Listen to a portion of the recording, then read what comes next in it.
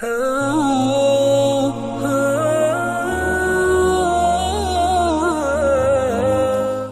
kana mulkuhu 400 sanah. Begitu disebutkan dalam kitab sejarah. Wa kana mulkuhu 400 sanah. Dia berkuasa 400 tahun lamanya. Penguasa tunggal syarqan wa gharban. Dari mulai belahan timur dunia sampai ke barat, tunduk dalam kekuasaannya. Lalu kemudian datanglah Nabi penyeru kepada tauhid menghadap penguasa yang hebat, raja segala raja di atas dunia. Menyembahlah kepada Allah. Lalu apa jawabnya? Dengan sombong dan angkuh dia berkata, Arabbun ghairi, Arabbun ghairi, adakah Tuhan lain selain aku? Adakah yang lebih berkuasa di dunia ini selain aku? 400 tahun membuat dia merasa bahwa dia Tuhan. Sampai-sampai keluar dari mulutnya, Arabbun ghairi, adakah Tuhan selain aku? Lalu kemudian apa yang terjadi? Allah subhanahu wa ta'ala mengirimkan ba'udah. Dalam Al-Quran Allah mengatakan tidak malu menciptakan ba'udah, nyamuk. Innallaha la yastahi ayyadriba masalam ma ba'udah. Allah tidak malu menciptakan seekor nyamuk. Wa ma fawqaha, lebih kecil daripada nyamuk. Apa yang terjadi? Nyamuk itu masuk ke dalam lubang hidungnya, terus ke dalam batang hidungnya, sampai ke otaknya, dan nyamuk itu pun menggigit otak di kepalanya. Lalu kemudian dia mengambil martel memukul-mukul kepalanya, sampai orang-orang di sekelilingnya menyangka dia gila, sampai dia habis usaha, makin sakit, tak dapat dirasakan, tak dapat diceritakan, tak dapat diungkapkan bagaimana rasanya. Dan akhirnya dia pun mati, dicatat dalam sejarah. Dia bernama Namruz. Begitu Allah bercerita tentang orang-orang angkuh dan sombong. Dia tidak mati disambar petir, dia tidak mati ditimpa batu besar, dia tidak mati karena sesuatu yang hebat, tapi dia mati karena makhluk yang hina, yang kita pun dapat membunuhnya dalam satu kali tepukan. Berpuluh nyawa nyamuk akan mati. Tapi begitu Allah Ta'ala ingin menunjukkan kesombongan, keangkuhan orang-orang yang merasa dirinya Tuhan, jawabannya adalah kuasa Allah Subhanahu wa Ta'ala. Hari berganti, musim berubah, dunia ini diisi oleh orang-orang yang angkuh dan sombong. Selesaikah dunia dengan matinya Namruz? Tidak. Lahir lagi generasi yang lebih canggih daripada Namruz, lebih kejam daripada Namruz. Apa yang dia lakukan? Yuzabbihuna abna'ahum wa yastahyuna nisa'ahum. Lebih sadis daripada Namruz. Anak laki-laki disembelih hidup-hidup, anak perempuan dibiarkan karena tidak melawan. Anak laki-laki yang dia nampak dalam mimpinya akan menarik mahkota kekuasaannya, anak perempuan dibiarkan melahirkan. Sampai pada akhirnya ketika dia berkata dengan lantang, kalimat berbeda, substansi makna yang sama, ana rabbukumul a'la, ana, aku, rabbukum, Tuhan kamu, a'la, yang paling tinggi. Ternyata kekuasaan boleh bisa merubah makhluk merasa menjadi khalik. Orang kalau sudah terlalu lama berkuasa, melihat manusia tertunduk-tunduk ketakutan, maka berubah dalam dirinya, berkata, kaulah yang paling berkuasa, engkau adalah Tuhan. Itu pernah terjadi pada Namruz dan menular kepada Parau. Al-Quran menyebut dia Fir'aun. Ana, aku, Rabbukumul a'la, Tuhan kamu yang paling tinggi. Bagaimana cara Allah mematikan Fir'aun? Diceritakan dalam Al-Quran. Falamma adrakahul gharaqu, ketika dia tenggelam di tengah laut merah, masuk air itu ke dalam tenggorokannya dan masuk ke dalam lehernya, terus ke dalam dan masuk ke dalam paru-parunya. Sebodoh-bodoh anak kecil tidak akan ada air masuk ke dalam paru-parunya. Anak kecil yang belajar minum, kalau sampai air masuk ke dalam saluran nafasnya, dia pasti akan tersedak. Tersedak adalah kuasa Allah. Kenapa? Karena ada saluran nafas, ada saluran minum. Udara tidak akan mungkin diisi air, karena kalau sampai air masuk ke saluran udara, maka hancurlah paru-paru. Allah ciptakan satu kuasa bernama tersedak. Tersedak adalah kuasa yang paling ringan. Anak kecil yang tak ada daya upaya pun pasti akan tersedak. Tapi Allah ingin menunjukkan kepada Fir'aun, jangankan untuk menggenggam dunia, jangankan untuk membunuh Musa, jangankan untuk mengejar Bani Israel, untuk tersedak pun kau tak kuasa, wahai Fir'aun. Apa yang terjadi? Fir'aun mati. Kenapa Allah mematikan Fir'aun dengan air? Kenapa tidak dengan batu? Kenapa tidak dengan petir yang menggelegar? Mengapa dengan air? Karena dulu bayi yang tak berdaya itu dihanyutkan ke tengah air.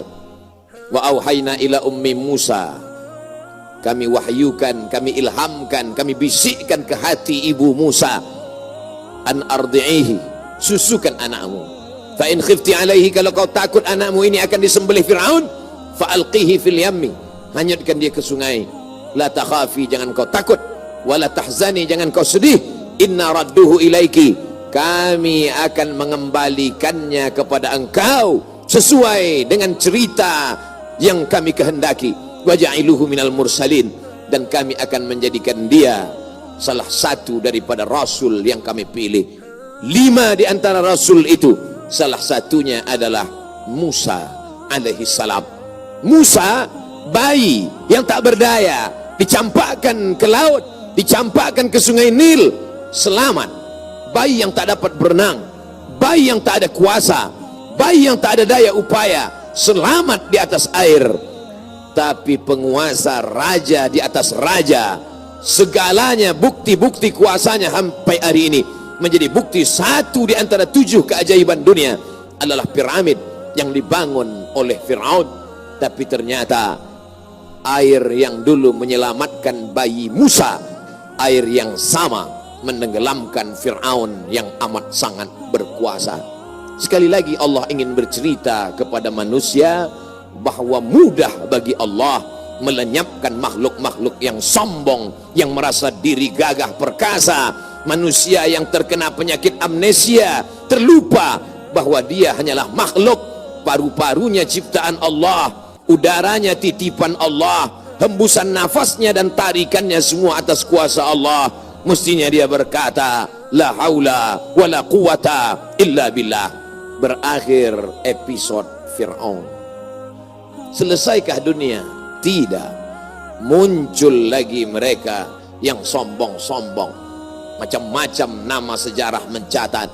Abu Lahab dengan bangganya berkata, sebelum Abu Lahab datang, datang lagi seorang pria perkasa dengan tentara bergajahnya bernama Abrahah. Dia ingin memindahkan Ka'bah karena baginya bisnis di Makkah harus dialihkan. Nun, jauh di Yaman, berseberangan dengan Laut Merah, menyeberang ke Afrika. Maka ini Ka'bah harus dihancurkan. Dia bawa pasukan bala tentara, sampai akhirnya pasukan gajah tidak ingin bergerak. Gajah makhluk Allah, binatang, tahu mengenal Allah subhanahu wa ta'ala.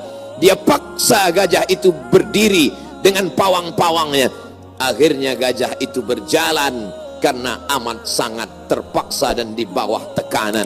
Sampai akhirnya apa yang terjadi? Datang Abdul Muttalib membawa kunci Ka'bah. Dia serahkan kepada Allah.